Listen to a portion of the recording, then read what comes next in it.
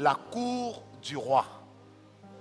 On va apprendre aux gens à être chefs, selon la révélation divine. Alors Dieu est bon. Est-ce que quelqu'un croit que Dieu est bon? Est-ce que quelqu'un voit que Dieu est bon? Alléluia. Est-ce que quelqu'un croit que Dieu est bon? Je sens la présence de Dieu.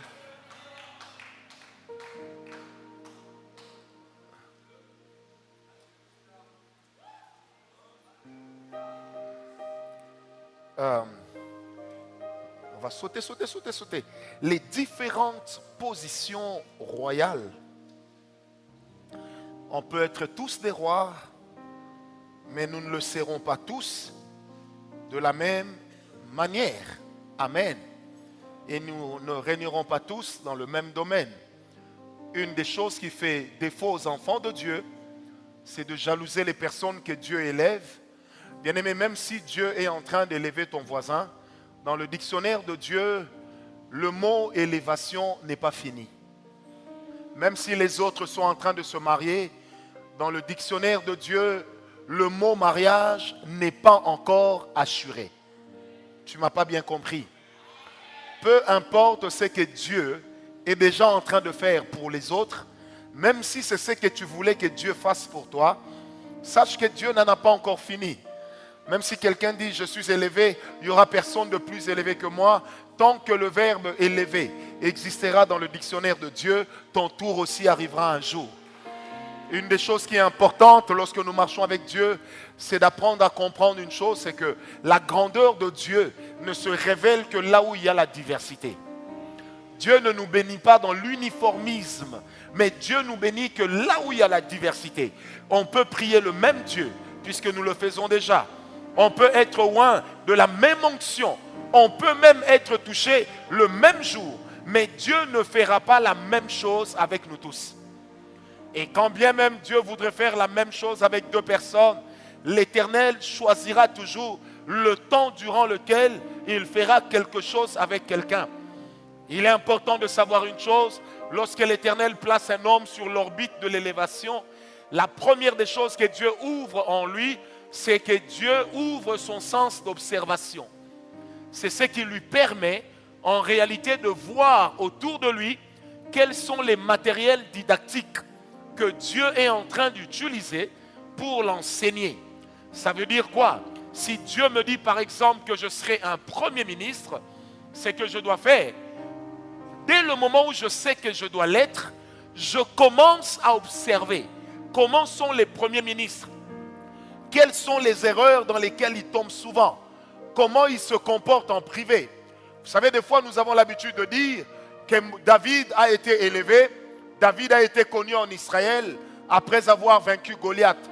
Mais Saül n'a pas connu David le jour où David a fait tomber Goliath. Saül a connu David le jour où on a amené un jeune homme commencer à chanter chez lui. Est-ce qu'on me comprend? Alors, comment est-ce que Dieu, avant d'amener l'homme sur la place publique, l'Éternel a d'abord commencé par l'amener dans le secret du roi. David, en passant du temps avec le roi Saül, en demeurant là où le roi Saül était seul, en voyant comment les démons agitent un roi, il y a comme un mystère royal qui est tombé à ses yeux. Il a compris qu'au-delà de tout, un roi est un homme. Mais un roi, même quand il a des démons, c'est un homme, mais c'est un homme exceptionnel. C'est pourquoi lorsqu'on a dit à David, David, mais tu dois tuer Saül. Il est là, Dieu te l'a donné. Les gens qui ont parlé à David ont dit à David, c'est Dieu qui te donne cette opportunité. David dira, que Dieu me garde de verser le sang d'un oint. Bien-aimé, jamais un homme ne peut être élevé en passant le temps à rabaisser les autres. Jamais un homme ne peut être béni lorsqu'il passe le temps à salir la réputation des autres. Dieu ne nous a pas bénis et Dieu ne nous appelle pas à vivre en concurrence, mais Dieu nous appelle à vivre en complémentarité. L'onction que je démontre, un autre peut démontrer plus que moi, Mais il y a une particularité. Allez où vous voulez. Mais il y a des choses, quand on le fait, vous direz, ça, il n'y a que Ngawala qui le fait. Pas parce que je suis terrible, parce que j'ai appris une chose dans ma vie. Je développe ce que Dieu m'a donné. Je laisse tomber ce que Dieu ne m'a pas donné. J'encourage les autres à développer ce que Dieu leur a donné, parce que nous ne sommes pas tous appelés à être la même pièce. Et le ministère de Dieu, la royauté, c'est comme un puzzle. Il y a plusieurs pièces. Chaque pièce est importante pour reconstituer l'histoire qu'on appelle la gloire de Dieu. Est-ce que quelqu'un m'a compris? On ne gagne rien. David, Dieu l'a amené dans le secret de Saül. Il jouait de la trompe, de la harpe. Les démons qui étaient en Saül se calmaient. Mais David, en jouant de la harpe, aux côtés de Saül, il développait en lui l'onction prophétique. Avant l'onction royale. Parce que l'onction royale est au-dessus de l'onction prophétique. Mais l'onction prophétique donne à l'onction royale tout son sens. Est-ce que quelqu'un m'a compris? C'est pourquoi la Bible dit, la grandeur de Dieu, c'est de cacher les choses. La grandeur des rois, c'est les découvrir. Amen. Le roi ne découvre pas les choses en public. Il les découvre en secret. C'est dans le secret qu'on fait grandir l'onction prophétique. Est-ce que quelqu'un m'a compris? Et quand l'onction prophétique grandit dans la vie de l'homme, elle va pousser l'onction royale à éclater. Parce qu'en réalité, l'onction royale, c'est lorsqu'il y a l'éclat qui vient s'ajouter sur ce que Dieu nous a donné. Est-ce que quelqu'un m'a compris? Amen. David, dans la chambre de Saül, a appris que Saül n'est qu'un homme. Mais il a aussi appris à respecter les hommes que Dieu utilise, même quand Dieu les a déjà rejetés. Cédric, on ne peut pas devenir grand sur les cadavres des autres qui ont été grands avant toi. On ne devient grand que lorsqu'on apprend à soigner les tombeaux dans lesquels les héros reposent. Parce qu'en réalité, la force d'une nation, l'histoire d'une nation n'a jamais été faite par les vivants. Ça a toujours été fait par les morts. C'est pourquoi on parle de l'histoire. Ça veut dire, l'histoire est une considération particulière du passé. Si quelqu'un m'a compris, on ne peut jamais être élevé avec Dieu lorsque on bâtit son ministère, lorsqu'on bâtit sa gloire sur le tombeau des grands, lorsqu'on est là pour ressortir leurs défauts. J'ai envie de dire à quelqu'un, un homme, un grand Américain, a passé son temps à enquêter sur la faille des grands serviteurs de Dieu que nous avions connus dans l'histoire. Ça bénit plusieurs personnes, mais un jour on s'est rendu compte que lui-même cachait quelque chose. Ça veut dire, dans tout ce que tu dénonces, fais attention, peut-être qu'il y a aussi quelque chose qui te concerne. Est-ce que quelqu'un m'a compris? Alors, comment est-ce qu'on devient un roi? La première manière d'accéder à la royauté, à l'onction royale, c'est par adoption. C'est par adoption. Vous savez, aucun d'entre nous n'était éligible à une position avec Dieu. Car la Bible dit, car tous sont péchés et sont privés de quoi? De la gloire de Dieu. C'est par adoption que nous avons été acceptés dans la famille des enfants de Dieu. C'est par adoption que des grands voyous comme moi, aujourd'hui, peuvent aussi prétendre servir Dieu. C'est par adoption que des grands escrocs ici dans la salle peuvent prétendre connaître Dieu. Est-ce que quelqu'un est avec moi? Tournez les pages de vos Bibles dans Apocalypse 5. Apocalypse 5, verset 10. Je vais lire la version Parole vivante d'Alfred Cohen. Apocalypse 5, verset 10. Je sens qu'il y a la grâce de Dieu ce soir. J'ai vu un doigt me pointer sérieusement. Ça me pointait comme ça. Je bénis Dieu. Apocalypse 5, verset 10, la Bible dit, tu as fait d'eux des rois et des prêtres pour qu'ils servent notre Dieu et qu'un jour, ils président aux destinées de la terre. Je reprends.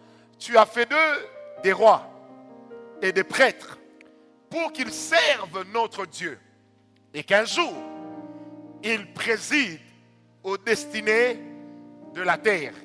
Psaume 115, verset 16. Je reviendrai sur ce texte dimanche. Psaume 115, verset 16. La Bible dit, les ciels sont les ciels de Yahweh Adonai. La terre, il l'a donnée au Fils de l'humain. Ça, c'est la version Chouraki. Les ciels sont les ciels de l'Éternel. Dans la version Louis II, on dit, les cieux sont les cieux de l'Éternel, mais la terre, il l'a donnée aux hommes. Amen. Mais moi, je préfère la version Chouraki et surtout le psaume 5, verset 10. Afin, pour qu'ils servent notre Dieu et qu'un jour, ils président aux destinées de la terre. Tu as fait d'eux parce que tu les as adoptés. Dans Ephésiens 1, verset 5, Ephésiens 1, verset 5, la Bible dit, nous ayons prédestinés dans son amour à être des enfants d'adoption par Jésus-Christ, selon le bon plaisir de sa volonté. Nous ayons prédestinés par Jésus-Christ à être des enfants, amen, d'adoption par Jésus-Christ, selon le bon plaisir de sa volonté. Bien-aimés, nous ne sommes pas avec Dieu parce que nous sommes méritants, mais nous sommes avec Dieu d'abord parce que la grâce nous a localisés. Je répète, nous ne sommes pas terribles parce que nous avons été à l'école. Nous ne sommes pas terribles parce que nous venons de bonnes familles ou pas, mais nous sommes terribles parce que la grâce nous a localisés. Comment on devient un roi? Comment on attire l'onction royale? La première des choses, c'est par adoption. Dès lors que je m'identifie à Christ, dès lors que je m'identifie à la famille des enfants de Dieu, il est de ces choses qui me sont automatiquement échues. Pourquoi? Parce que mon appartenance à la famille des enfants de Dieu ne me donne pas que des obligations et des devoirs. Ça me donne aussi des privilèges. Au rang de mes privilèges, la Bible dit, et vous petits enfants, vous les avez vaincus. Vous avez vaincu qui? Le diable. Parmi l'héritage qui m'est échu, la Bible dit également ceci. Est-ce que quelqu'un est avec moi? Que vous êtes plus que vainqueurs. Et nous sommes plus que vainqueurs à cause de l'adoption. Et dans Romains 8, la Bible dit, tout ce qui est né de l'esprit est esprit. Mais tout ce qui est né de la chair est mortel. Il est charnel. Lorsque je suis né en Jésus et que je marche dans la fidélité avec Dieu, peu importe le temps que ça prendra, il y a déjà une portion d'autorité que Dieu m'a donnée. C'est pourquoi la Bible dit que nous sommes assis avec Christ dans les lieux célestes. Ça veut dire quoi? Que lorsque je suis assis avec Christ dans les lieux célestes, Christ est en train de partager avec moi sa gloire. C'est pourquoi dans le psaume 23, la Bible dit, il dresse devant moi une table en face de qui? De mes adversaires. Il oint d'huile ma tête et ma coupe est en train de déborder. Ça veut dire quoi? Que lorsque l'Éternel est en train de te oindre, la présence de ton ennemi ne peut pas être un obstacle à ce que Dieu est en train de faire. Cédric, quand dans ta vie, un homme dit qu'on bloque son ministère, c'est qu'il n'a pas encore compris le principe de l'élection. On ne peut jamais bloquer un homme que Dieu utilise. Moi, j'ai appris à grandir dans l'onction, dans une église qui ne croyait pas à l'onction. J'ai appris à prophétiser dans une église dans laquelle, dès que tu faisais tititi, on venait te dire l'esprit de prophète est soumis au prophète. J'ai compris une chose, c'est que Dieu ne peut pas faire avec moi devant tout le monde. Je peux donner à Dieu le temps de le faire en secret. Qui m'a donné un amen bien? Frères bien-aimés, par adoption. La Bible dit également ceci, nous sommes dans Ephésiens 4, verset 30. La Bible dit, n'attristez pas le Saint-Esprit de Dieu, avec lequel vous avez été scellés pour le jour du jugement. Quand on parle de sceller, est-ce que un frère peut venir? On peut me donner un pagne? Oh, je ne sais pas, un drap de l'intercession? Faites-le rapidement, j'ai besoin d'un frère, un jeune frère, même un vieux frère. J'ai besoin d'un frère. Vous n'allez pas tomber, venez. Viens. Je t'ai vu en retard, Socrates. Donnez-moi ça. Lorsque dans Éphésiens 4, verset 30, la Bible dit ceci, qu'avec le Saint-Esprit, vous avez été scellés. En grec, le verbe utilisé par scellé n'est pas l'égal de stampier, d'un cachet qu'on appose sur un document. Mais c'est exactement ceci.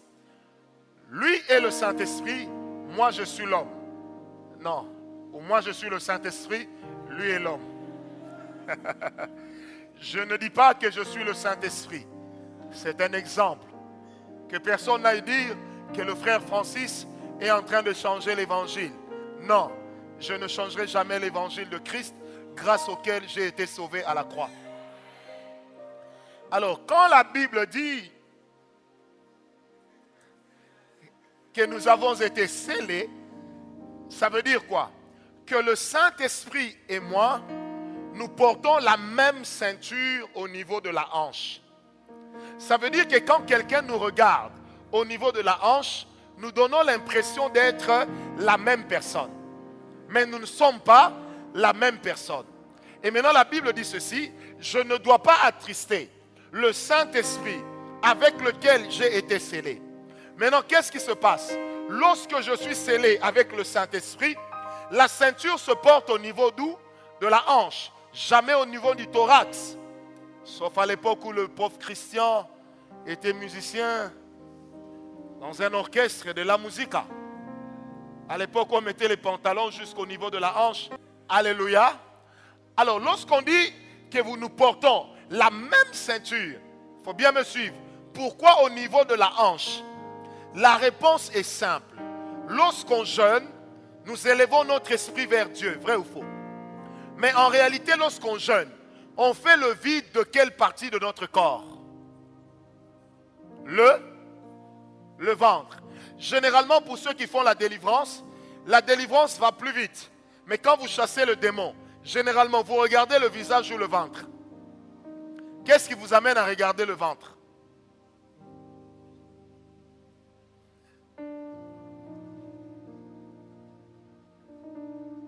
Oh, Rudy. Quand vous chassez les démons, pourquoi vous regardez les ventres? Hein?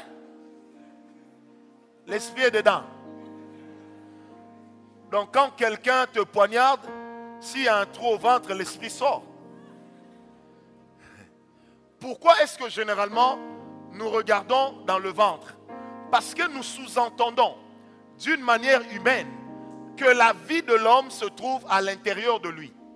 Et la partie qui est la plus intérieure de l'homme, c'est généralement représenté par le ventre. Amen. En réalité, parce que nous nous disons que le siège de notre esprit ne peut se trouver que dans la partie la plus cachée de notre être. Et la partie la plus cachée de notre être se retrouve malheureusement ou heureusement presque au niveau du ventre. Or, l'esprit de l'homme dans le corps de l'homme, c'est comme un homme dans une maison. L'esprit de l'homme peut se déplacer dans le corps de l'homme. Il peut aller dans le ventre, il peut aller même dans les oreilles. C'est pourquoi quelquefois quand on chasse un démon, il arrive que l'oreille de quelqu'un se mette à bouger dans tous les sens, parce que même le démon peut se déplacer dans l'homme. Est-ce qu'on m'a compris? Alors généralement quand l'homme tombe et qu'il est au repos, son esprit normalement vient résider autour de lui. C'est pourquoi dans Ecclésiaste 12, la Bible parle de l'esprit en utilisant l'expression du cordon ombilical, du cordon d'or, du cordon d'argent. Est-ce que quelqu'un m'a compris? Comme pour dire que l'esprit de l'homme a la capacité de se mouvoir. Ceux qui vous parlent de sortir en esprit, ils ne mentent pas. Sauf que nous ne sortons pas à l'esprit, sinon que le Saint-Esprit nous amène. Est-ce qu'on m'a compris? Alors lorsqu'avec le Saint-Esprit, nous sommes scellés, ça veut tout simplement dire que dans notre communion avec l'Esprit, nous perdons certaines choses qui sont à nous et nous gagnons certaines choses qui sont de l'Esprit. Il y a un échange.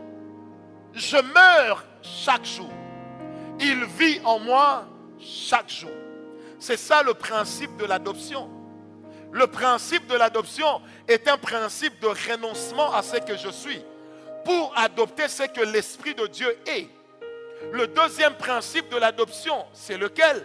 C'est que lorsque je suis scellé avec le Saint-Esprit, mon esprit prend le dessus sur mon âme et mon corps. Est-ce que je peux continuer? Mon esprit prend le dessus sur mon âme et mon corps parce que mon esprit a été naturellement créé comme étant une entité appartenant au Saint-Esprit. Ce qui fait que lorsque le Saint-Esprit et moi nous sommes scellés, il y a quelque chose qui entre dans mon esprit, qui donne à mon esprit l'autorité sur mon corps et sur mon âme. À partir de ce moment-là, je cesse d'être un chrétien charnel et je deviens un chrétien spirituel. Amen. Que Dieu vous bénisse.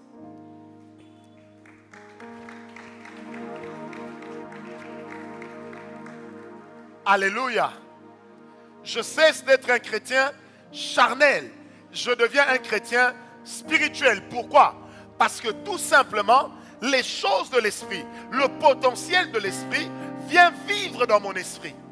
C'est pourquoi l'apôtre Paul pouvait dire que le Saint-Esprit dit à mon esprit que je suis enfant de Dieu. Cédric, le grand principe de l'adoption, c'est d'apprendre à laisser à ton esprit le temps de s'exprimer. Quelqu'un m'a posé la question, comment ça arrive que les gens tombent? Pourquoi nous tombons? Parce que l'homme tombe lorsque le Saint-Esprit fait descendre sur lui une décharge spirituelle. Et cette décharge, on peut l'appeler l'onction. Cette décharge, on peut l'appeler la grâce. Par ceux qui n'aiment pas qu'on parle de l'onction. Mais cette décharge, elle écrase ce que nous sommes au-dedans. Est-ce que vous avez déjà vu quelqu'un tomber au ralenti? Vous avez déjà vu ça? Ah, vous avez déjà vu ça ou pas? Vous avez vu ça ou pas? Moi, j'ai déjà vu quelqu'un tomber au ralenti. Donc, vous sentez qu'il y a le poids. Le petit Maziambo ici, vient. Qui d'autre veut? Reste seulement là. Approche ici, approche ici. Tu restes là. Ok? Moi, je vais prier pour ce jeune homme. On va l'utiliser comme cobaye. Amen. Quand je prie pour que l'Esprit vienne sur lui, en réalité, le Saint-Esprit est déjà en lui. Alors, quand je prie pour que l'Esprit vienne sur lui, le principe qui est caché, c'est lequel? C'est qu'il y a une onction qui va venir sur lui. C'est cette onction-là, en réalité, qui touche l'environnement. C'est cette onction-là qui est capable d'affecter les choses autour de nous. C'est comme ça que la Bible dit que lorsque les disciples passaient, Pierre et les autres, leur ombre guérissait les malades. On appliquait sur eux des tissus. Et lorsqu'on prenait ces tissus et qu'on allait les appliquer à des malades, les malades étaient guéris. Qu'est-ce qui les guérissait? Ce n'était pas l'onction du dedans, mais c'était l'onction qui venait en haut. L'onction qui vient sur vous, c'est celle que vous libérez. Mais l'onction qui est en vous, c'est celle qui vous fait grandir. L'onction royale, elle est dedans. Mais elle atteint son niveau de maturité lorsque l'Éternel commence à vous exposer. Est-ce que je vais trop vite? Ça marche? Est-ce que ça marche? Ok? On peut aller maintenant. Le jeune homme est là. On va juste te donner un exemple. Je sais que Dieu va nous exaucer. Je prie par exemple que l'onction de Dieu vienne sur mes mains. Si il a un esprit sensible, je n'ai pas besoin de lui imposer les mains. Amen. Amen. Toute cette rangée ici, venez, vous alignez là. Je n'ai pas besoin de lui imposer les mains. Maman Titi, venez. Vous aviez demandé pourquoi vous ne tombez pas. Aujourd'hui, vous allez tomber. Amen. Alors, on peut me poser la question. Est-ce que je suis obligé de lui imposer les mains? Je ne suis pas obligé. Le contact, c'est lequel? Ma foi croit à l'onction qui est dans l'environnement. Lorsque je vais pousser ma main, la poser sur lui sans le toucher, il aura les mêmes effets comme si ma main était sur lui. Sauf que lui va tomber au ralenti. Ça veut dire, il va sentir un poids qui est tombé sur lui. Parce qu'en réalité, l'onction royale, c'est une charge qui vient sur nous. Est-ce que quelqu'un m'a compris? Oh, est-ce que vous m'avez compris? Amen. Hein? Les gens m'ont souvent posé la question, pourquoi je n'impose pas les mains aux gens? Ce n'est pas parce que j'impose les mains aux gens que Dieu sera plus présent. Mais quand je parle, Dieu travaille. Parce que dans mon esprit, ma main travaille. Et comme ce n'est pas ma main, c'est la main du Saint-Esprit. En fait, quand j'impose la main, ce n'est pas le contact de ma main, mais c'est le contact avec l'Esprit de Dieu dont l'onction repose sur ma main. Et quand j'impose la main, c'est l'onction qui est dans l'environnement qui en réalité est dégagée sur lui. En fait, ma main canalise l'onction. On m'a compris. L'onction royale, elle devient forte lorsqu'on a atteint un certain niveau de maturité et que le Seigneur commence maintenant à vous exposer. Amen, change-moi de cantique. Et qui commence maintenant à vous exposer. Car Dieu... Moi j'aime cette chanson-là. Ah Jérémie, dans 3 semaines tu seras responsable. Ok? Vous êtes là? Même vous qui me suivez en ligne, ce n'est pas fétiche, c'est Dieu. Dieu est plus grand que les fétiches. Alléluia. Ok? C'est même parti trop vite. Plus vite que moi. Ne croisez pas les bras, vous là-bas. Ok? Vous voulez fermer les yeux ou ouvrir les yeux? Vous-même choisissez.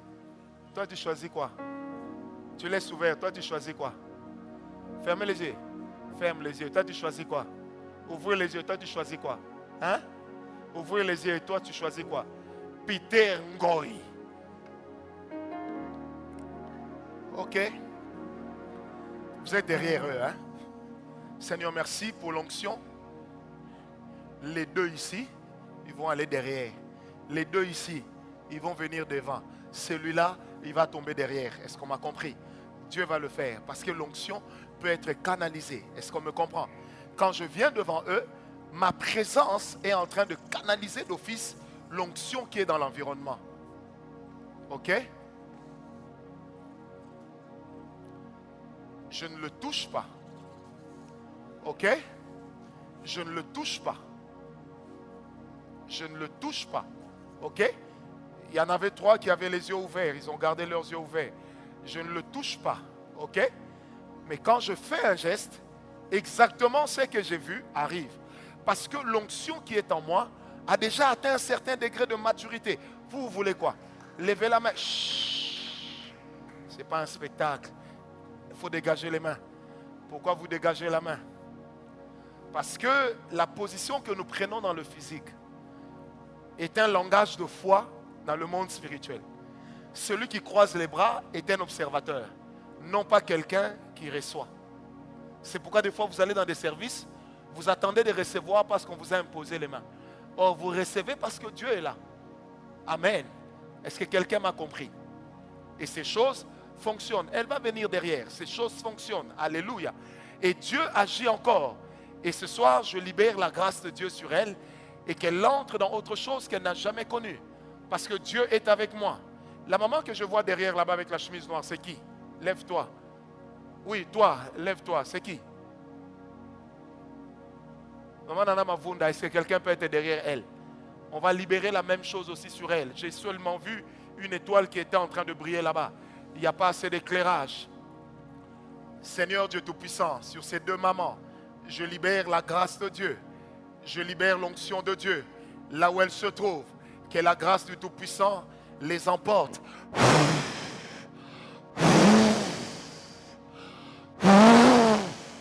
In Jesus' name, que Dieu le réalise parce qu'il est vivant. Est-ce que quelqu'un est avec moi? Dieu va le faire. Moi, je n'ai pas de problème. Dieu va le faire. Merci pour ton onction. Est-ce que quelqu'un m'a compris? Regardez-la bien. Son esprit s'est déjà dit que ces choses, c'est difficile que ça m'arrive. Mais ce soir, je vais briser cette loi dans son esprit. C'est tout un travail que je fais. On va briser cette loi dans son esprit. Ok? Seigneur Dieu, je te bénis. Je la touche au niveau de son ventre. Que l'onction de Dieu entre dedans. Et nous rendons son esprit plus sensible. Tel que jamais il ne l'a été. Je brise cette loi qui l'empêchait de dépasser un certain stade lorsque Dieu travaillait. À partir de maintenant, je rends son esprit fragile et je rends son esprit malléable par l'esprit. Attention, il va tomber encore. Je rends son esprit malléable par l'esprit de Dieu.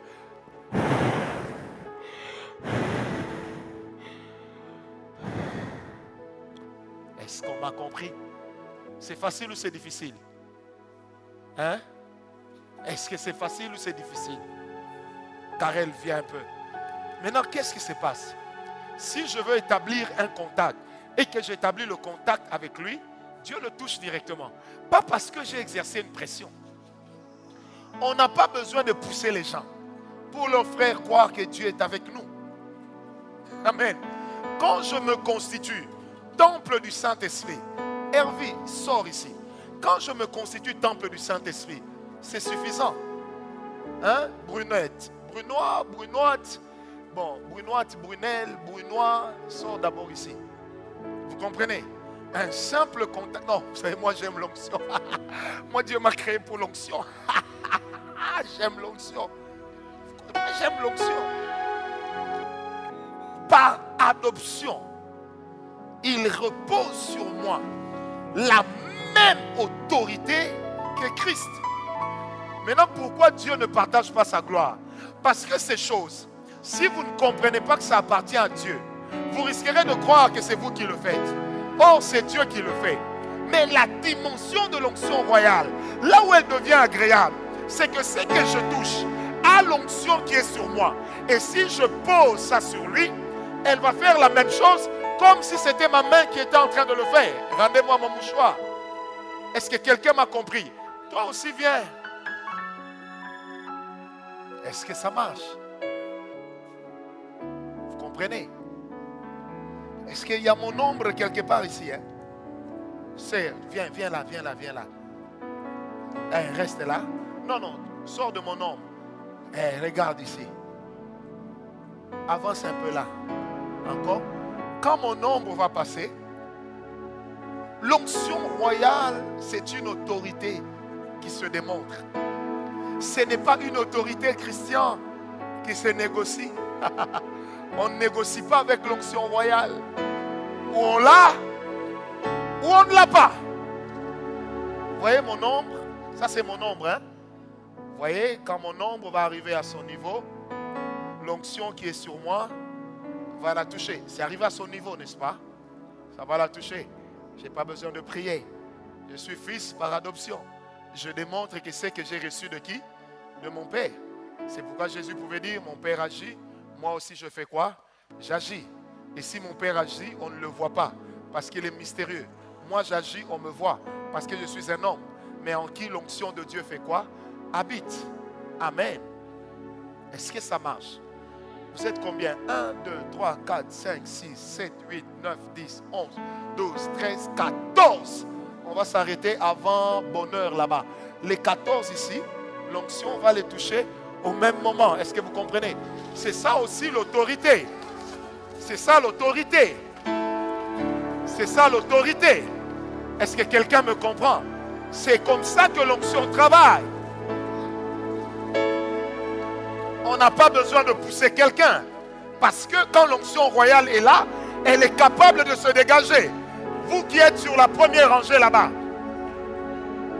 je vais prier, l'onction va les toucher. Ok, on va aller à 4. 1, 2, 3, 4. Que l'onction de Dieu travaille là-bas au-dessus. Je libère cette onction.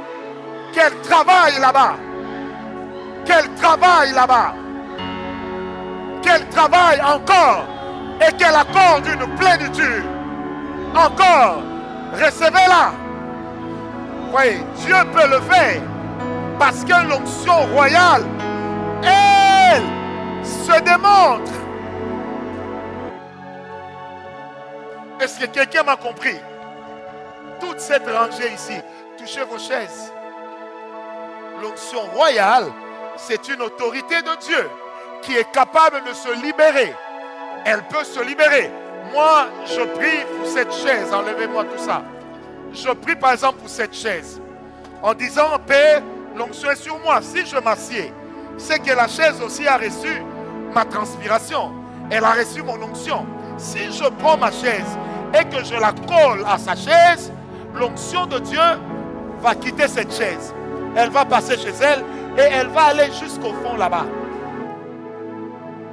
Ça a commencé. Dieu est fidèle. Dieu est fidèle. Ça va aller jusque chez Maman Titi. Il n'y a que l'onction pour faire ça.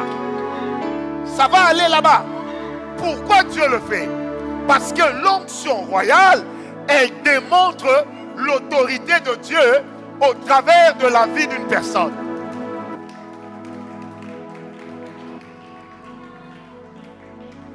Est-ce que quelqu'un est avec moi? Dis à ton voisin, on n'a pas besoin de pousser les gens. Non, dis à ton voisin, frère, on n'a pas besoin de pousser les gens. Ou vous l'avez, ou vous ne l'avez pas.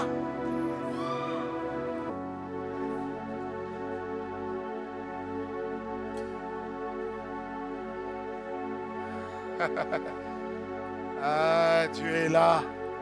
Vous voyez, les faces commencent à changer ici. C'est pourquoi c'est parfois bien de se mettre devant. Vous aimez derrière comme les tricheurs de l'école primaire. Est-ce que quelqu'un est avec moi? Alors, avoir la royauté par adoption veut tout simplement dire avoir été adopté par Jésus-Christ pour deux choses. Pour porter sa nature, mais aussi pour porter son identité. Lorsque nous avons été adoptés par Jésus-Christ, nous portons sa nature, mais nous portons aussi son identité. Or, l'identité de Christ, c'est laquelle? C'est laquelle la Bible dit, il a été élevé à la droite de Dieu le Père. Dans ma version parole vivante, la Bible dit, il a été élevé à la droite de la puissance de Dieu. Ça veut dire que par adoption, nous aussi, assis avec lui dans les lieux élevés, selon Colossiens 3, verset 1, assis avec lui dans les lieux élevés, nous avons sur nous la capacité de libérer la puissance de Dieu. Est-ce que quelqu'un me comprend? Alors quand Dieu touche comme ça, je voudrais préciser, ce n'est pas pour faire le spectacle, mais c'est parce qu'il est en train d'affecter les vies. Je ne sais pas si mes yeux ont vu un éclair de la pluie ou un éclair normal, mais j'ai vu un éclair de ce côté-là.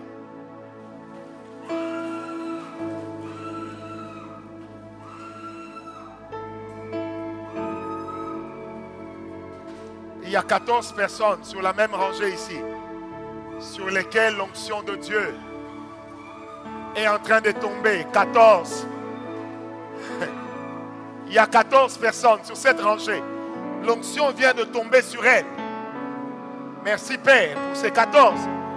Nous libérons de la première rangée jusqu'à la dernière rangée. Nous libérons cette onction que j'ai vue tomber comme un éclair. Alors, Dieu dit, il vous impose. Là où vous devez briller, il vous impose. Là où vous devez régner, il vous impose. Là où vous devez vous établir, il vous impose. En fait, c'est ça l'onction royale. Vous devenez fils par adoption et par adoption.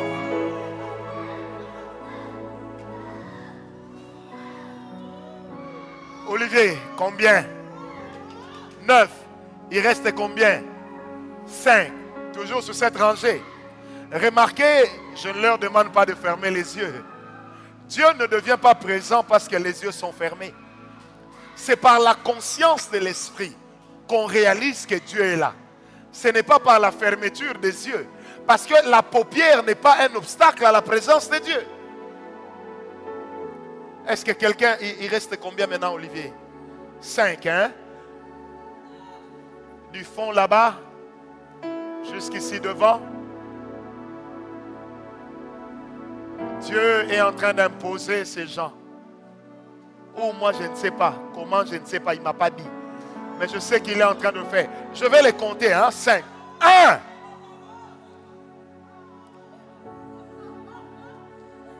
Je peux aller à 2. 2. Je peux aller à 3. 3. Je suis à 3, Olivier. Je peux aller à 4. 4.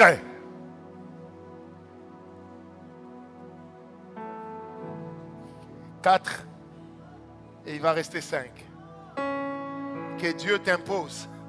Même s'il y avait une parole dans ta famille, Dieu va détruire cette parole à cause de cette onction. 4, 5.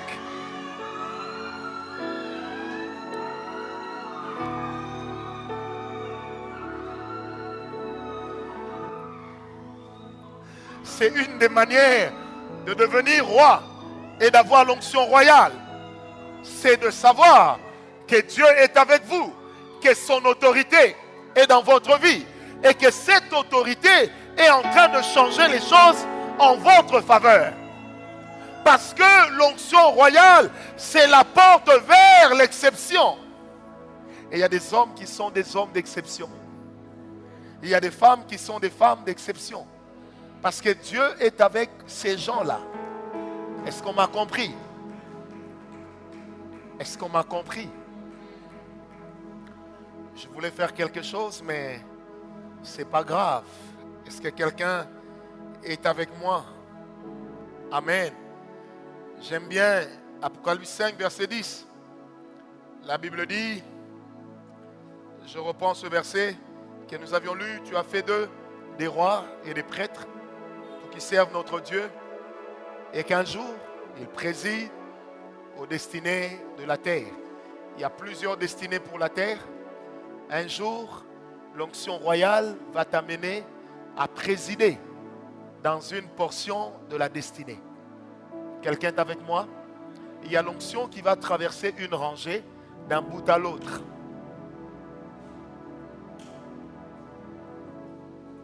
Ça va traverser une rangée. Je suis en train de vouloir localiser. Ça va traverser une rangée d'un bout à l'autre. D'un bout à l'autre, c'est où? Ok. On va aller à 2. Toute une rangée.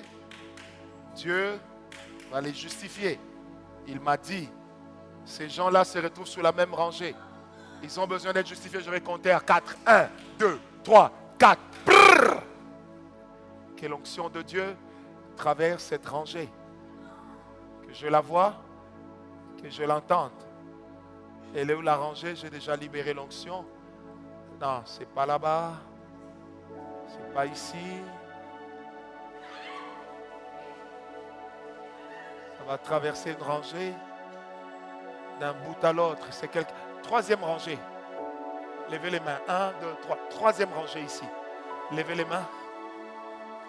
Je ne peux pas libérer ce qui a déjà été libéré. Il fallait seulement que je localise. Tous ceux qui ont été touchés, c'était les motards de ce que Dieu voulait faire. Dieu va les justifier sur les malédictions des familles, sur des choix démoniaques qui ont été posés sur eux. Et dans cette rangée, il y a une sœur sur qui dominait même un esprit de célibat et une forte malédiction. L'onction royale, ça chasse les démons et ça amène directement ce qui doit remplacer. Est-ce qu'on est avec moi? Alors je prie que cette onction vienne sur cette rangée et que Dieu justifie tous ceux qui sont sur la rangée. Peu importe le domaine dans lequel et avec lequel il va le faire. Comme Dieu ne m'a jamais menti, qu'il le fasse.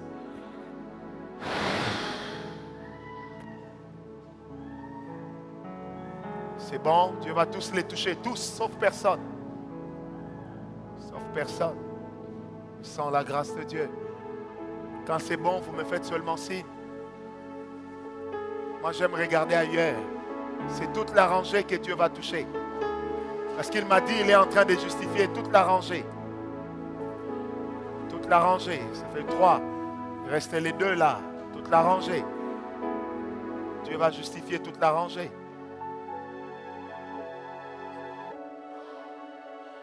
Qu'il le fasse.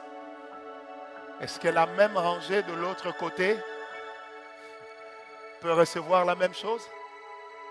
C'est quoi la rangée qui lui correspond? Et ici, ça correspond à la 4e. Ça va aller là-bas, jusqu'à la 4e de la rangée là-bas. Ça va aller là-bas.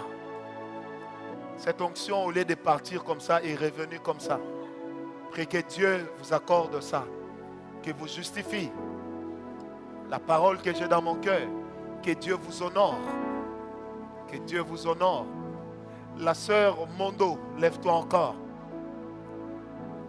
Cette fille a la grâce de Dieu. Elle a l'élection de Dieu dans sa vie. C'est une fille que Dieu aime beaucoup. Et là, l'Éternel est en train de changer radicalement sa vie. On ne va plus l'exploiter. C'est ce que Dieu est en train de faire. Dieu est en train de changer radicalement sa vie. Parce que quand vous êtes un fils de Dieu, par adoption, un roi par adoption, c'est normal que certaines choses commencent à vous accompagner. Et c'est anormal que certaines choses ne vous accompagnent pas. Car Dieu est avec vous. Et cela, c'est le privilège. Deuxième manière d'être roi et d'avoir l'onction royale, la deuxième manière, c'est par élection. C'est par élection. Ephésiens 1, verset 4. Par élection. Dieu va faire des choses terribles ce soir. Aujourd'hui, on va terminer avant. Alors, Ephésiens 1, verset 4, la Bible dit, en lui, Dieu nous a élus avant la fondation du monde, pour que nous soyons saints et irrépréhensibles devant lui. Une autre version dit, pour que nous soyons purs et irréprochables devant lui. Alors, c'est quoi que j'appelle élection? Je suis en train de survoler. Lorsqu'on est un roi ou qu'on a l'onction royale par élection, l'apôtre Pierre nous recommande, 2 Pierre 1, verset 10, il nous demande de marcher de manière à asseoir l'élection que nous avons reçue de Dieu. Bien-aimés, lorsque votre élection est de Dieu, elle n'est ni discutable, ni négociable. Quand l'Éternel donne à quelqu'un une position royale, ça veut simplement dire que l'Éternel vous place dans une position où personne ne peut vous déboulonner. Quelqu'un m'a compris. Il y a des gens comme ça. C'est pourquoi l'Éternel pouvait parler à Jérémie dans Jérémie 1, verset 5 à 10.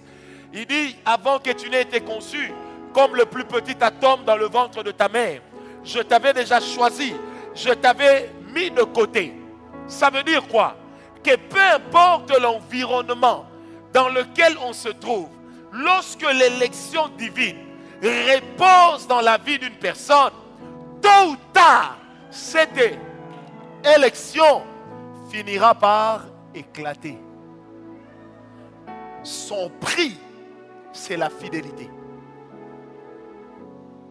Je répète, quand Dieu vous a choisi, tôt ou tard, ça finira par se démontrer. Cédric, si Dieu dit vous allez faire marcher les paralytiques, même si à vous on coupe une jambe, vous allez quand même faire ça. Parce qu'il n'y a pas d'handicap physique là où il y a une élection divine. Il n'y a pas non plus d'handicap spirituel là où il y a une élection divine. Qui dit élection divine dit choix irrévocable de Dieu dans la vie d'une personne.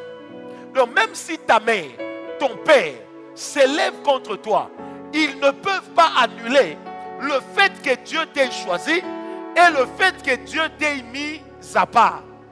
C'est pourquoi l'Éternel, parlant à la royauté d'Israël, il avait dit, au lieu même où tu as été abandonné, c'est là que moi l'Éternel, je t'élèverai.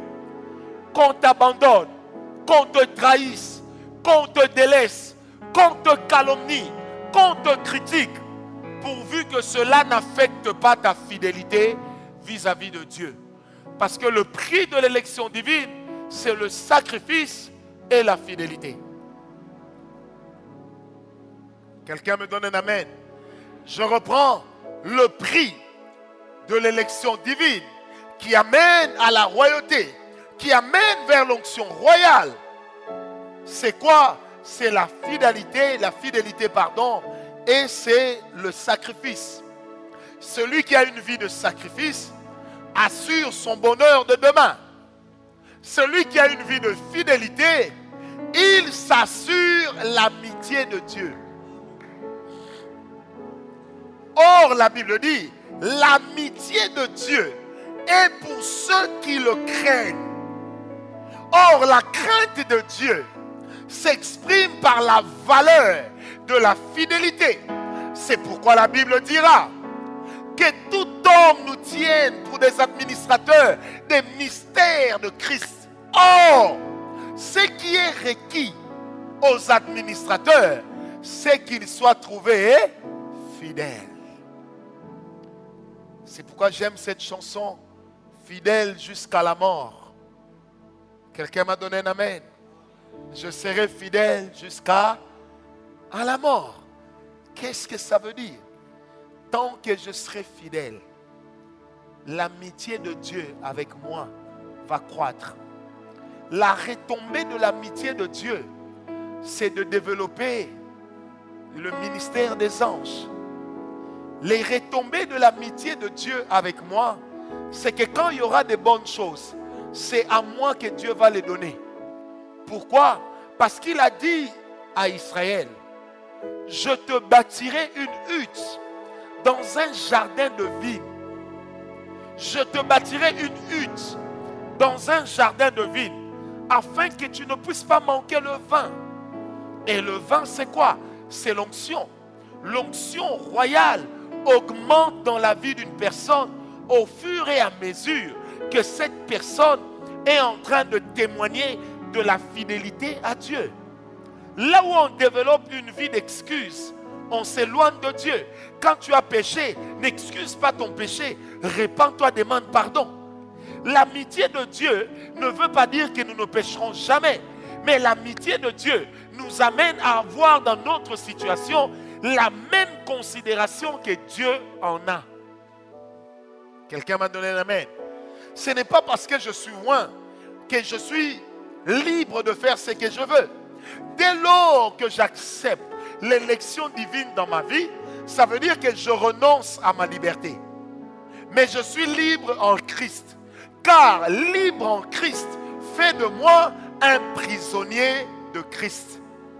Mais non pas un prisonnier lié, mais un prisonnier libre d'avoir choisi de suivre Christ. C'est pourquoi dans Philippiens, l'apôtre Paul pouvait dire, je traite durement mon corps. Ce n'est pas Dieu qui traitait durement le corps de Paul. Ce n'était pas un ange qui venait fouetter Paul. Non, c'est lui-même qui traitait durement son corps. Parce que là où l'élection doit s'asseoir, il faudrait payer le prix de la fidélité. La fidélité n'est rien sans loyauté. La fidélité n'est rien sans sanctification. Le sacrifice n'est rien sans consécration. Est-ce que quelqu'un m'a compris? Ces deux choses nous placent dans l'orbite de l'amitié avec Dieu. Dans l'amitié avec Dieu, nous asseyons notre élection et nous développons le caractère de Dieu en nous.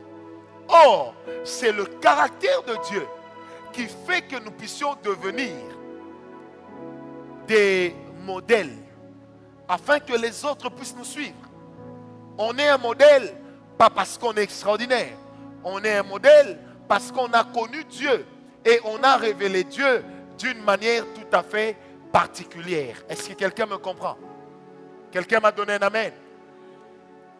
Par élection divine, l'onction royale devient exigeante avec l'homme.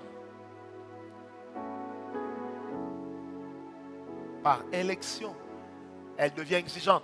Dans mon livre sur vivre l'accomplissement des promesses de Dieu, j'ai écrit quelque part ceci. La promesse de Dieu pour l'homme, elle est incontournable. Mais l'homme à qui s'adresse la promesse de Dieu, lui n'est pas incontournable.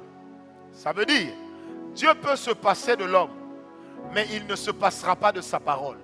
Là où il y a une élection divine, avec une onction royale, comme la cerise sur le gâteau, retenez-le bien, Dieu considère l'homme par rapport à la manière dont l'homme lui-même est en train de considérer les choses de Dieu. C'est pourquoi dans 1 Chronique 2, verset 30, la Bible dit, ceux qui m'honorent, je les honore, mais ceux qui me déshonorent, je les déshonore. Il y a une dimension avec l'onction royale. Lorsqu'elle vient par élection, Dieu ne nous appelle pas comme des serviteurs, mais Dieu nous appelle comme des, j'allais dire des compatriotes, non, mais plutôt comme des partenaires. Alléluia. C'est là que Dieu commence aussi à faire des choses, parce que notre parole l'a dit. Est-ce que je peux te dire quelque chose? Il y a des gens dont la parole de leur bouche peut te donner un héritage pour lequel tu n'étais pas qualifié. Tu n'as pas compris? Je répète, il y a des gens dont la parole de leur bouche peut te donner accès à un héritage pour lequel tu n'étais pas qualifié. C'est pourquoi Dieu dit deux choses. La première, ne touchez pas à mes oins. Lequel des oins cache ce mystère dans sa vie? Vous ne savez pas. Et quand vous prenez l'habitude de parler contre les hommes de Dieu, de critiquer les hommes de Dieu, il y en a qui passent à côté de l'élection divine dans leur vie. Parce que l'homme contre qui tu parles, tu ne connais pas la profondeur de ses alliances avec Dieu. L'homme à qui tu t'en prends, tu ne connais pas la considération que Dieu a pour lui. Dieu a pardonné tout un peuple à cause de Moïse. Mais Dieu a maudit tout un peuple à cause de l'erreur de David. David valait un peuple. Moïse valait un peuple. Mais les deux n'avaient que l'onction qui m'a donné un amen bien. Certaines terres sont maudites à cause de la manière dont ils considèrent les oints de Dieu. Il y a des familles qui ne peuvent jamais sortir de la pauvreté, sortir des liens qu'ils ont ou qu'elles ont, simplement parce que un interdit est entré. Là où Dieu prend l'homme comme son oint, le considère comme la prunelle de son œil, aucun homme n'a le droit de le toucher. C'est pourquoi David disait, oserais-je toucher au oint de l'Éternel, que cette malédiction ne tombe pas sur moi. Celui qui parlait a reçu l'onction de la succession. Mais pourquoi il ne veut pas faire du mal alors qu'il était en droit de se venger et de se protéger? En droit, on aurait dit qu'il a usé d'une légitime défense. Au contraire, David comprend. Là où l'onction de Dieu a déjà atterri, même une fois, je me dois de la respecter.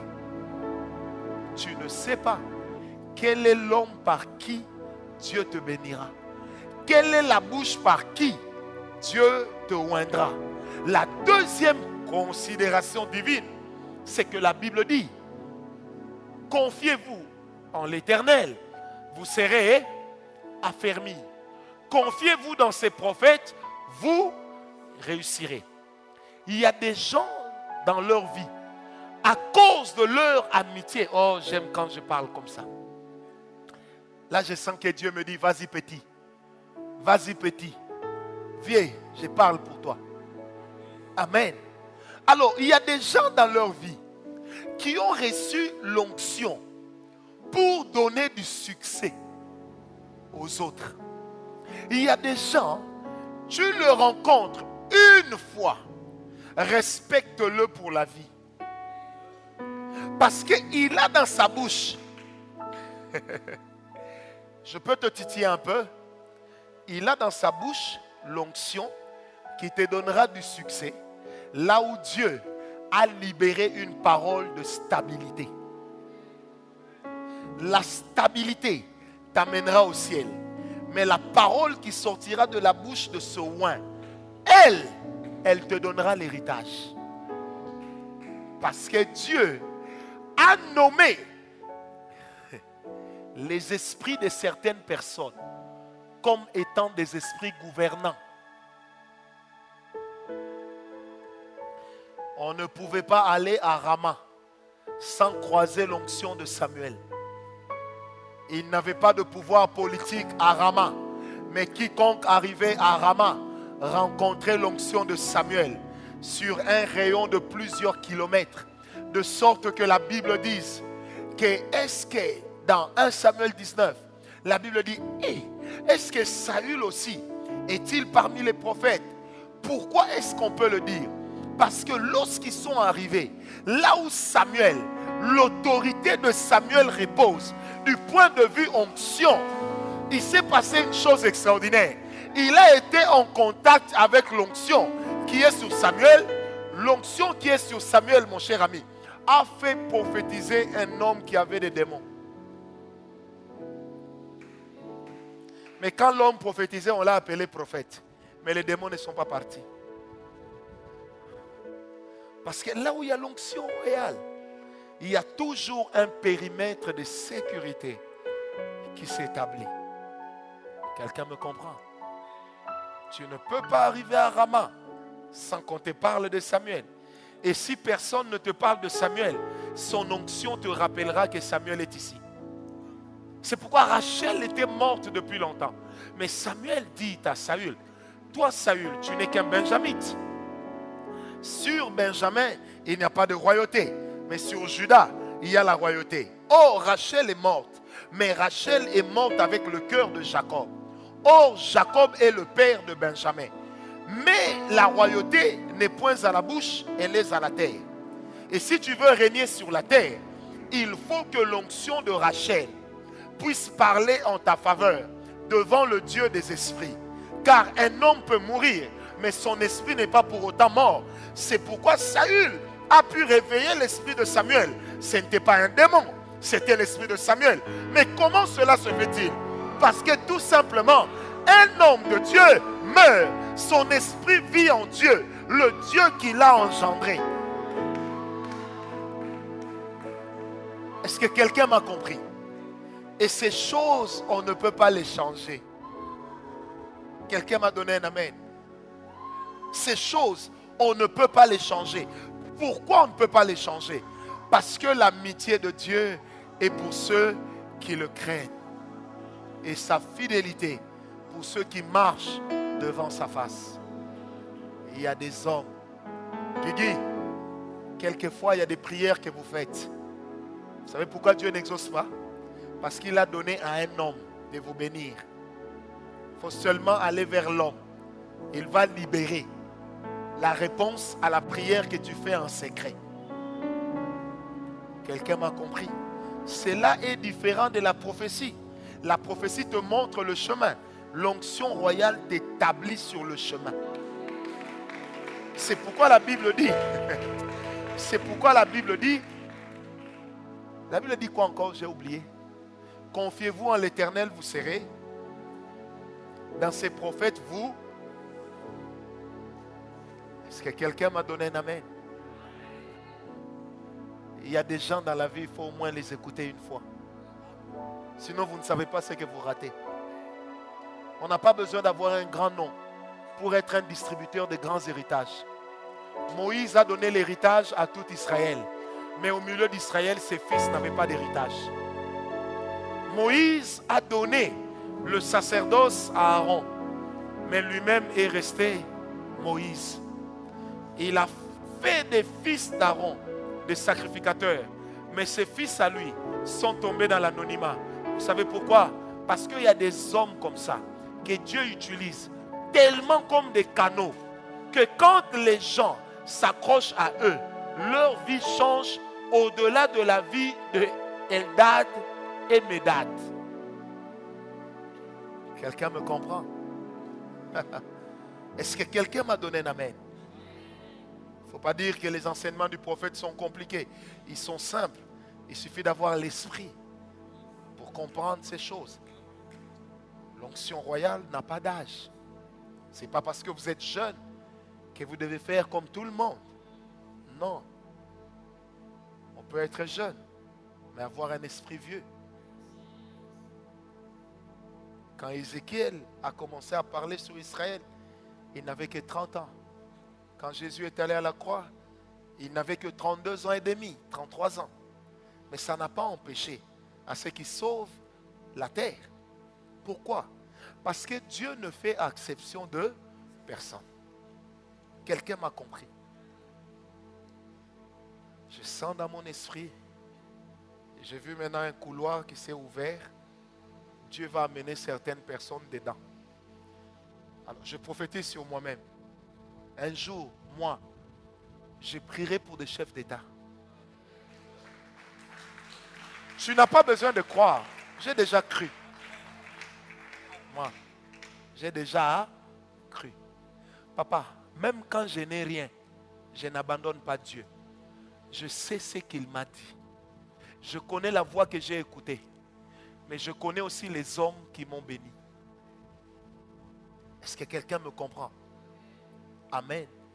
Lorsqu'on est un roi par élection, même quand il y a l'adversité, l'Éternel t'établira sur tes adversaires, sur tes ennemis. On peut jeter de l'eau sur le feu. Ça va s'éteindre. Mais lorsque le feu est allumé dans un puits de pétrole, ce n'est pas avec l'eau que ça s'éteindra. Vrai ou faux? Je ne suis pas chimiste, mais je regarde la télé. Parce que simplement, l'origine du feu définit la nature du feu. Et la nature du feu prouve comment est-ce qu'on doit traiter ce feu-là. Là où Dieu lui-même a allumé un feu, personne ne peut l'éteindre. Là où Dieu allume un foyer de flamme, personne ne peut l'éteindre. Même s'il y a encore de la fumée, la Bible dit, il n'éteindra pas le roseau qui fume. La fumée veut dire qu'il y a déjà un feu, mais que le feu n'est pas encore visible. Mais la fumée veut aussi dire que Dieu là-bas a déjà une volonté. J'aimerais dire à vous, Église, qui avez l'habitude de parler en mal des hommes de Dieu, de vous moquer des serviteurs de Dieu. Laissez Dieu traiter ses serviteurs comme il veut. Ce n'est pas vous qui les avez établis, c'est Dieu. Ce n'est pas vous qui les avez appelés, c'est Dieu. On ne blague pas avec la malédiction. Un homme de Dieu ne peut pas être ton ami parce que vous n'avez pas la même dimension d'onction. C'est pourquoi il y a des gens qui sont maudits. Il y a des gens qui vont dire le Congo est un scandale géologique. Les gens prient. Mais pourquoi les gens n'évoluent pas? Quelle est la qualité que l'église du Congo donne des chrétiens? Les chrétiens congolais sont dans la calomnie, dans la médisance, dans l'impudicité, dans l'adultère, dans la méchanceté. Vous trouvez des chrétiens qui prient dans la même église, qui ne se saluent pas. Vous trouvez des chrétiens qui prient dans la même église, ils savent qu'ils se haïssent. Vous trouvez des chrétiens qui prient dans la même église, qui ne s'aiment pas et ils ne se gênent pas de dire que je ne vous aime pas. Vous avez des prédicateurs qui prétendent servir le même Christ, mais ils bâtissent et ils fondent la gloire de leur ministère en dénonçant les erreurs des autres pour que les fidèles les fuient et viennent vers eux. Mais ce que tu oublies, c'est qu'aucun d'entre nous ne recevra une couronne pour le nombre des fidèles. Chacun recevra la couronne par rapport à la fidélité sur la vision que Dieu lui a donnée. Frère, je me fous pas mal de savoir ce qui arrive au pasteur de derrière. Si malheur lui arrive, je prierai pour lui. Si Dieu le bénit, je dirai Alléluia. Mais je ne suis pas là pour fouiller dans sa vie. Je ne suis pas un inspecteur. Je suis une sentinelle. La sentinelle prévient du mal, mais la sentinelle n'établit pas le mal. Pourquoi les chrétiens au Congo n'avancent pas? Parce qu'ils tuent leurs héros. Ils écrasent ceux qui leur sont envoyés. C'est au Congo qu'un simple fidèle peut se permettre d'insulter un homme de Dieu. Et il est calme. J'ai connu une chose grâce à ma femme. La terre ne garde jamais la dette d'un homme. Tout ce que tu as fait, tu vas payer avant de quitter cette terre. Même si tu ne payes pas, en quittant, tu seras en train de payer. Et ceux qui resteront paieront encore l'addition. À moins qu'à leur tour, ils décident de crier pour dire non Seigneur. Tu avais dit, les parents ont mangé du raisin. Les dents des enfants n'en seront pas agacées. Nous sommes la génération qui doit décider de couper court, de mettre un terme aux habitudes du passé, aux habitudes de nos pères qui utilisaient la chair comme un lieu pour un règlement des comptes. Frère, le fait que les hommes te trahissent, ça n'a rien de nouveau. Ça a toujours été comme ça. Il est écrit dans la parole de Dieu, on vous traînera devant des cours, devant des tribunaux. N'ayez crainte sur ce que vous devrez à dire. Parce qu'en ce même moment, l'Esprit de Dieu vous donnera quoi dire. Pourquoi est-ce qu'on le dit? Parce que c'est Dieu qui est propriétaire des personnes sur qui il a déposé l'onction. Alors arrêtez de parler.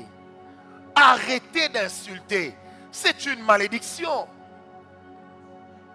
Comment jugez-vous les travailleurs de quelqu'un? Parce que l'homme de Dieu est le travailleur de Dieu. Laissez Dieu s'occuper de ses travailleurs. Moi, je ne permettrai pas que mes voisins viennent décider sur mes travailleurs. Moi aussi, je ne peux pas aller décider sur les travailleurs de mes voisins. Parce qu'il y a une limite à ne pas franchir. Est-ce que quelqu'un m'a compris? Dis à ton voisin, laisse Dieu avec ses travailleurs. Non, dis-le, dis à ton voisin, laisse Dieu avec ses travailleurs. Alléluia. Alléluia. Alléluia. Le diable a compris. S'il veut empêcher aux enfants de Dieu de connaître la bénédiction, il faut leur aider, les aider, à maudire la source de leur bénédiction. C'est ça le modus operandi du diable. Il voit que tu as la bénédiction devant toi, il détruit la source. Il te donne les informations qui t'éloignent de la source. Moi, Ngawala, je ne me disputerai jamais la dîme ni l'offrande. Parce que Dieu m'a appelé, il prendra soin de moi. Celui qui m'a mandaté, il s'occupera de moi, Cédric. C'est pourquoi le service de Dieu, ce n'est pas je sens, je vois. Hein. Le service de Dieu, c'est tout un parcours de fidélité. Dans la fidélité, il y a l'endurance. Dans la fidélité, il y a le fait de supporter l'insupportable. Une foi qui n'a jamais été mise à l'épreuve ne peut jamais prétendre être une vraie foi. Quand tu abandonnes parce qu'on t'a insulté, c'est que tu ne connaissais pas Dieu. La Bible dit, si tu cours avec des chevaux et qu'ils te fatiguent, que feras-tu avec des hommes? Que feras-tu lorsque tu devras courir avec les chevaux devant les rives orgueilleuses du Jourdain, devant la moquerie? Qu'est-ce que tu feras le jour où tu vas courir avec des êtres que tu ne vois pas? Mais l'apôtre Paul dit, étant donc environné d'une si grande nuée de témoins. Les témoins, il y en a. Il y a des témoins esprits, il y a des témoins humains, il y a des témoins visibles, il y a des témoins invisibles. Mais tous sont des témoins. Quand Job était béni, il ne savait pas que Satan le surveillait. C'est un témoin.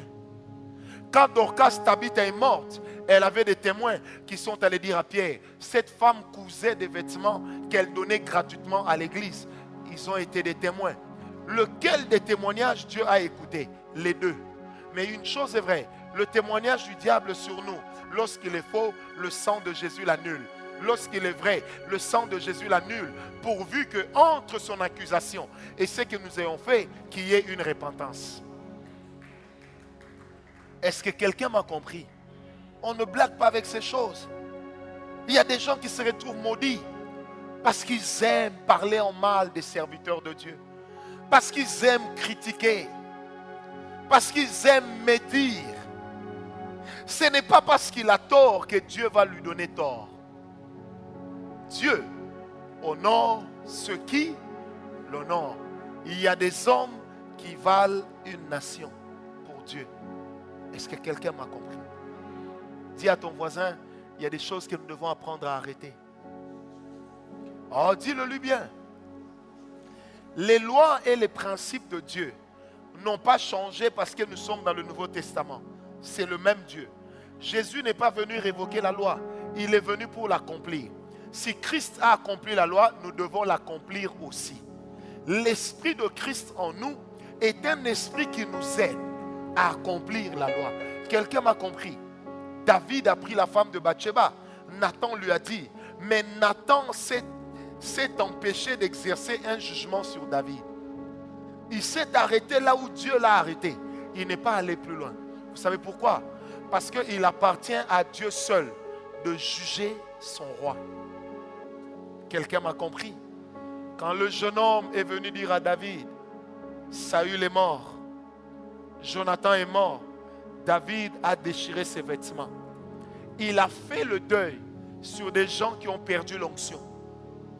Non, il a fait le deuil sur le choix gaspillé de Dieu. Il s'est mis à la place de Dieu. En tuant Saül, Dieu a perdu un homme qui avait l'onction. Parce que là où l'onction a déjà été posée, la Bible répond, il ne se répand ni de ses dons, ni de sa grâce. La bouteille dans laquelle on a déjà eu à mettre du parfum, même quand vous la cassez en petits morceaux, chaque morceau va sentir du parfum. Parce que le contact avec Dieu laisse des traces. Un homme qui a déjà eu un contact avec Dieu, apprenez à le respecter, surtout si l'onction royale est sur sa vie. Myriam et Aaron ont dit, est-ce que Dieu ne parle qu'à Moïse? Dieu nous parle aussi. Mais lorsqu'ils sont arrivés devant la montagne de l'Éternel, Dieu a frappé Myriam de lèpre. Dieu n'a pas frappé Aaron, mais Aaron n'est pas entré dans la terre promise. Parce qu'on ne touche pas à l'onction. Est-ce que quelqu'un m'a compris? Tu ne peux pas attirer dans ta vie une onction que tu passes ton temps à critiquer. Il y a des démons humains, permettez-moi de les appeler ainsi. Ce sont des gens qui viennent dans votre vie pour vous pousser au péché. Qui viennent dans votre vie pour vous pousser aux critiques. Frère, il y a des gens après ici. Si eux ne changent pas, prends le courage de leur dire, tu n'es plus mon ami. Je ne peux plus te fréquenter. Est-ce que quelqu'un m'a donné un amen? Ce n'est pas parce que le faux dollar existe que les gens n'aiment pas les vrais dollars. La présence du faux dollar est déclarée faux dollar parce qu'on reconnaît qu'il existe un vrai dollar. Les dollars ont amené certaines personnes à vendre leur voix au sénatorial. Est-ce que quand on te donne l'argent de la corruption, tu vas aller quelque part pour qu'on check? Tu fais d'abord confiance. Et je lisais ce matin qu'il y a quelqu'un qui se plaint, on l'a corrompu avec des faux dollars. Vrai ou faux, je ne sais pas. Est-ce que quelqu'un m'a compris? Ne touchez pas à mes oins. Moi, j'ai un principe. Ce qui se passe dans la vie d'un serviteur de Dieu, ça ne me regarde pas. À moins que Dieu m'informe. Et s'il m'informe, généralement, c'est pour prier pour lui. Ce n'est pas pour dire, ce pasteur-là, il est impudique. Frère, s'il est tombé dans l'impudicité à 0 heure, si à 1 heure du matin, il demande pardon, Dieu l'a pardonné ou pas? Répondez-moi, Dieu l'a pardonné ou pas? Si à 2 heures du matin, je le taxe d'impudique, qui a péché? Pourquoi j'ai péché? Parce que j'accuse un homme que Dieu a pardonné. C'est pourquoi l'histoire de Dieu avec ses serviteurs, sortez de là. Dis à ton voisin, sortons de là, sortons. Oh, dis-lui bien, sortons de là. Frère, moi je n'ai jamais appelé quelqu'un à être serviteur de Dieu. Je n'ai jamais appelé quelqu'un à être extraordinaire. C'est Dieu qui le fait. Alléluia. Est-ce que quelqu'un est avec moi?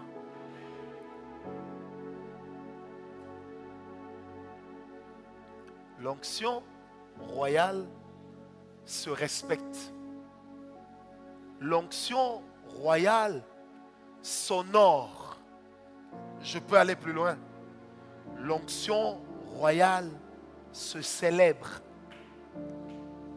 L'Église deviendra mature le jour où nous apprendrons à célébrer les hommes que Dieu élève.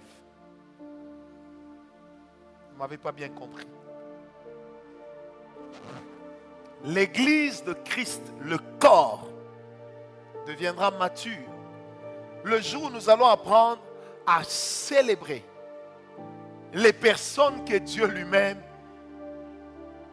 élève. Célébrer un homme ne veut pas dire l'adorer, mais ça veut dire exprimer de la reconnaissance pour ce qu'il est. Exprimer de la reconnaissance pour pour ce que Dieu fait avec lui. Frère, je célèbre le Dieu de mes pères. J'ai appris la sanctification. J'ai appris à connaître la parole en suivant chaque jour M. Verneau, pasteur Verneau, qui a été mon père.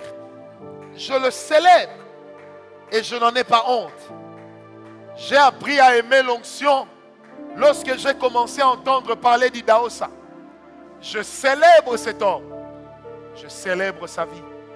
Parce que je crois au Dieu qui m'a appelé. Mais avant moi, il en avait appelé d'autres. Quelqu'un m'a donné un amen. Toi aussi, demain, on te célébrera qu'à la manière où toi, tu sais célébrer les autres.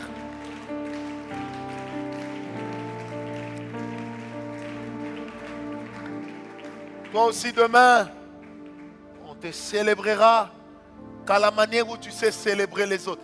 Quand quelqu'un se marie, arrête de critiquer. Célèbre son mariage. Quand quelqu'un est béni, arrête de critiquer. Célèbre sa bénédiction. Quand quelqu'un est élevé, arrête de calomnier. Célèbre son élévation. Je l'ai dit au départ, je l'ai dit à la clôture. Ce n'est pas parce qu'un homme a été béni que Dieu a rayé de son dictionnaire le terme bénédiction. Non. Si un homme a été béni, ça veut dire que la saison court encore. Et peut-être que la prochaine saison sera la mienne. Je ne me décourage pas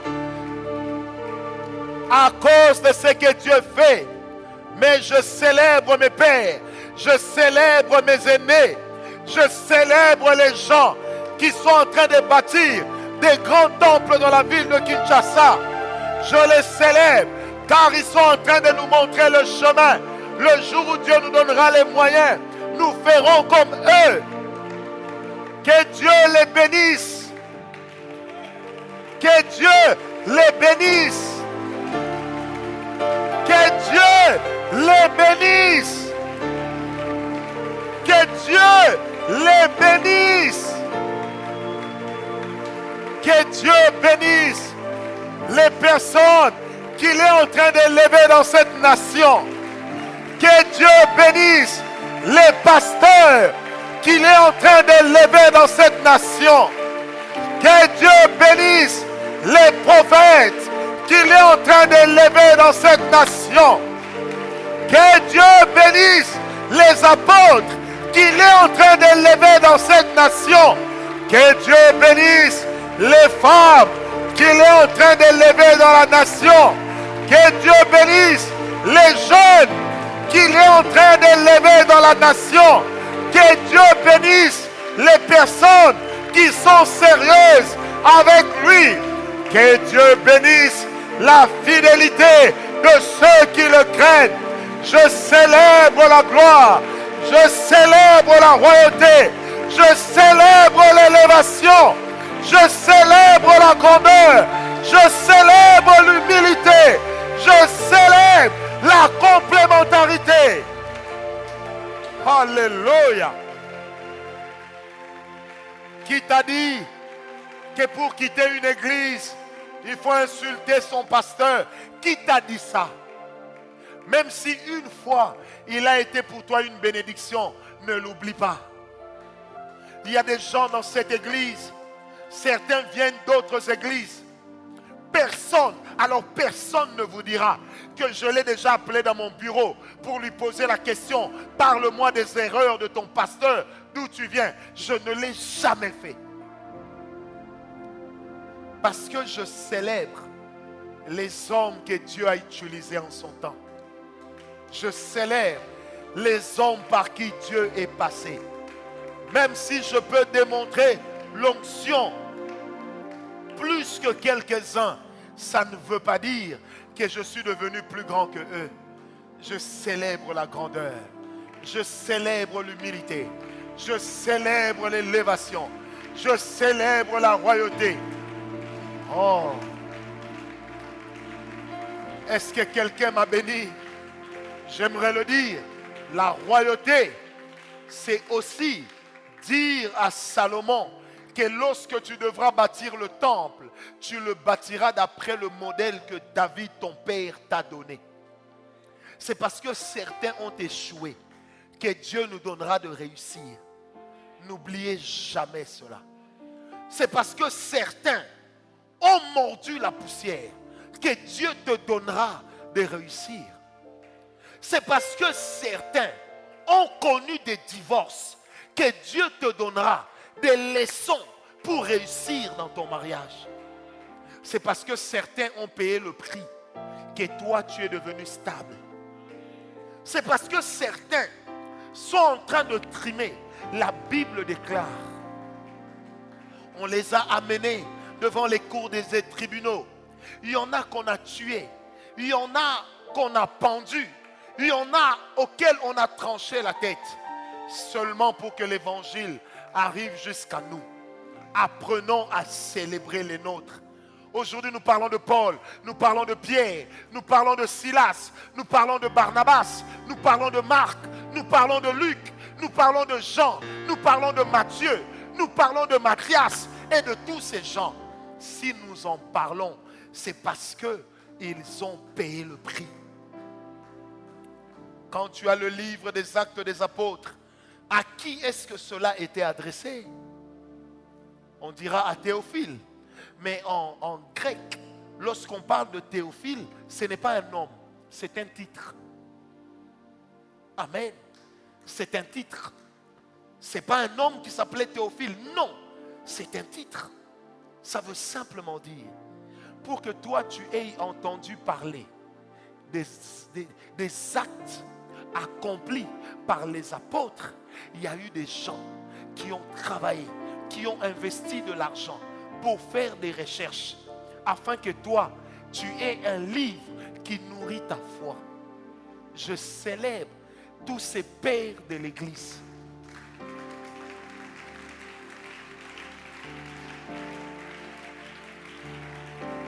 Je ne suis pas, écoutez, je ne suis pas dans une guerre. Assemblée de Dieu, Église des réveils, Église de Dieu, SCC, c'est de la foutaise. Dieu n'est pas dans les assemblées de Dieu. Il n'est pas dans les SCC. Il n'est pas dans l'église des réveils. Dieu est dans ceux qui le craignent. Il y a des aventuriers dans les SCC. Il y a des aventuriers dans les assemblées de Dieu. Il y a des aventuriers dans les églises des réveils. Mais il y en a partout. Ne pensez pas que quelqu'un a le monopole de la sanctification. Ne vous comportez pas comme si vous avez un sanctifinogramme qui traite sur le niveau de la sainteté dans la vie d'une personne. Non, c'est Dieu qui est le juge au-dessus de tous.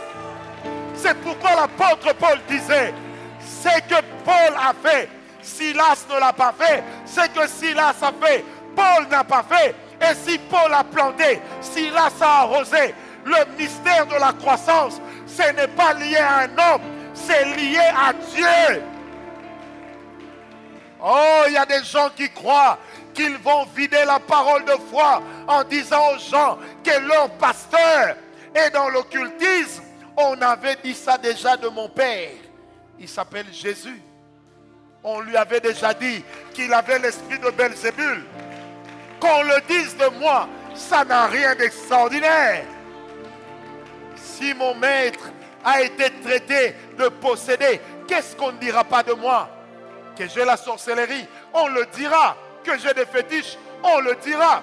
Ce n'est pas parce que tu ne peux pas faire ce que je fais que je ne suis pas avec Dieu. Tu es avec Dieu à ta manière. Je suis avec Dieu à ma manière.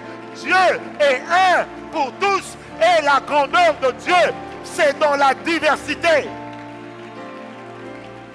Est-ce que quelqu'un peut me dire diversité? La grandeur de Dieu, c'est dans la diversité. C'est pourquoi la Bible dit, aux uns il a donné, aux autres il a donné, aux uns il a donné. Pourquoi la Bible ne dit pas, il a donné tout à tout le monde? Parce qu'il n'y a qu'en Christ à qui tout a été donné. Mais en chacun de nous, si nous sommes capables de nous mettre ensemble, nous réussirons, nous élèverons notre Jésus. Ce n'est pas parce que tu condamnes les autres que tu iras au ciel et les autres en enfer. Dieu n'a donné à personne le ministère de la condamnation. Dieu n'a donné à personne le ministère de l'accusation. Et le ministère de la condamnation et le ministère de l'accusation sont des ministères démoniaques. On ne peut pas prétendre être saint alors qu'on est l'accusateur des frères. On ne peut pas prétendre être saint alors qu'on est là pour écraser les frères. Il y a des gens, si vous leur posez la question, qu'est-ce que vous pensez de Berger Cédric? Est-ce que c'est un vrai prophète? Ils peuvent vous dire, oui, il prêche bien, il prophétise. Mais, pourquoi tu mets un mais? Il y a beaucoup d'orgueil derrière plusieurs qui prêchent la sainteté. Il y a beaucoup d'orgueil. L'impudicité n'est pas le seul péché. La calomnie aussi est un péché. La médisance est un péché. L'accusation est démoniaque. La condamnation est satanique. Parce que la Bible dit qu'il n'y a plus aucune condamnation pour ceux qui sont en... Car la loi de l'esprit de vie les a affranchis de la loi du péché et de la mort. Est-ce que je peux te dire quelque chose? Je crois en toi.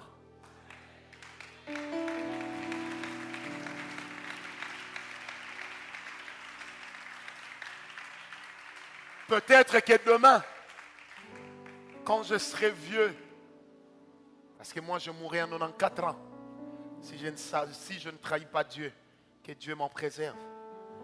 Peut-être que tous ceux qui m'appellent Père, Père, Père, ne me soutiendront pas comme les gens qui sont sur les bancs anonymes, qui bénéficient de ce ministère, comme les personnes qui me suivent sur Internet en France, au Canada, en Allemagne, en Australie, en Hollande, en Belgique, en Italie, en Grande-Bretagne. Ces gens sont nombreux, plus nombreux que la parole de foi entière. Mais ils sont bénis. Il y en a des fois quand ils me bénissent, ils disent, nous avons entendu parler de toi. Nous étions avec maman Titi à New York. On sort du terminal 2 pour le terminal 1. Je rencontre un homme. Quand il me regarde, il dit, prophète, j'ai vu Dieu. Je dis, pourquoi? Il dit, mais je venais d'appeler votre secrétaire hier. Il me montre le téléphone. J'ai vu même le message. J'ai vu mon numéro. J'ai regardé ce papa. Je me suis dit, il n'y a que Dieu pour faire ça. La force de la royauté, la force de la grâce, c'est dans la diversité. Ne croyez jamais que vous avez le monopole de l'onction. Frère,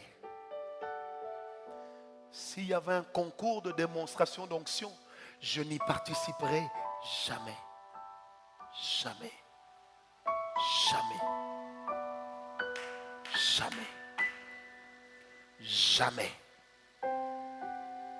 Il y a des gens, quand ils prophétisent, ils donnent les noms, ils donnent les adresses, ils donnent des numéros de téléphone. J'ai même des fils à moi qui le font.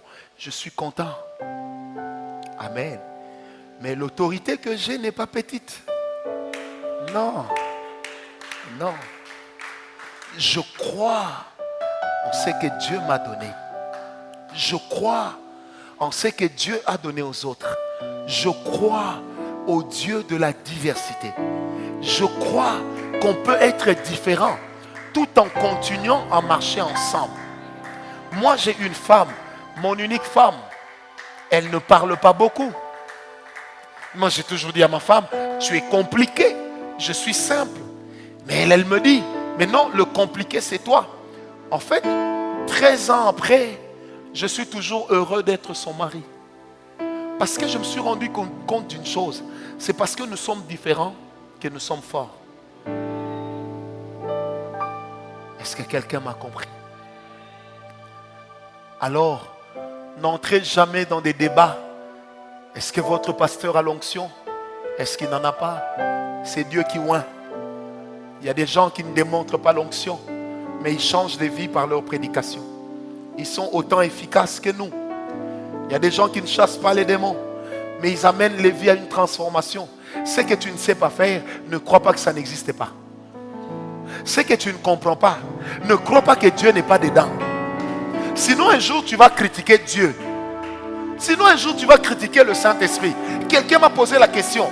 Il y a eu une résurrection en Afrique du Sud. Prophète, qu'est-ce que vous dites? J'ai répondu à cette personne. Est-ce que j'étais là? Moi je crois que Dieu ressuscite les morts. Ça ne peut pas changer. Quelqu'un m'a compris. Personne ne peut enlever ça de ma tête. Je ne suis pas là pour juger un homme. S'il a l'onction de Dieu, tant mieux. Amen. Qui ici n'a pas envie de ressusciter un mort? Qui lève sa main. On n'a qu'à ressusciter un mort, ça doit être comme ça. Frère, qu'est-ce que vous voulez que ça me fasse? Je crois en Dieu. C'est tout. Je crois en Dieu. Croire à Dieu, c'est croire à son mouvement. C'est croire à sa diversité. C'est croire en sa capacité d'agir. C'est croire en sa capacité de transformation. C'est croire en sa capacité de métamorphose. Hey! Mais il ne faut pas m'amener dans des débats inutiles. Dieu est Dieu pour tous. Il est le Dieu depuis les temps anciens. Que l'onction de Dieu bénisse quelqu'un ce soir. Que la grâce de Dieu bénisse quelqu'un ce soir. Que la présence de Dieu bénisse quelqu'un ce soir. Je prie que Dieu vous distingue. Au nom de Jésus, j'ai prié et j'ai dit Amen. Soyez bénis.